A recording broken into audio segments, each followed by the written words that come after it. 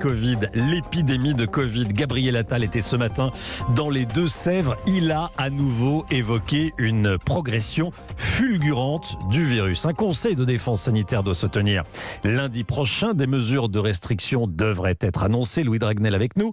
Bonjour Louis, chef du service politique d'Europe 1. Qu'est-ce qui pourrait être annoncé? Quelles sont vos informations, Louis? Alors tout d'abord, en fait, le gouvernement ne le dit pas, mais il vient de lancer l'opération Sauver Noël, comme il y a un an, jour pour jour. Avec encore ce problème, la progression du virus, mais aussi les capacités hospitalières qui n'ont pas vraiment augmenté. Les projections dont dispose le ministre de la Santé, Olivier Véran, ne sont pas bonnes.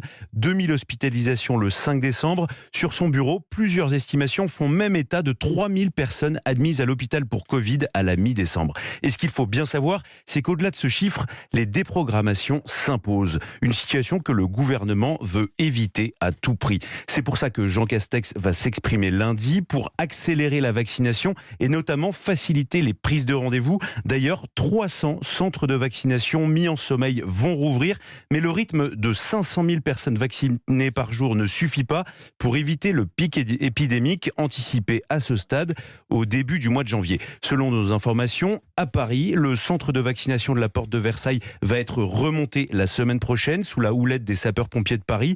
Un objectif, 166 000 injections par semaine. De leur côté, les médecins de ville devraient vacciner 50 000 personnes.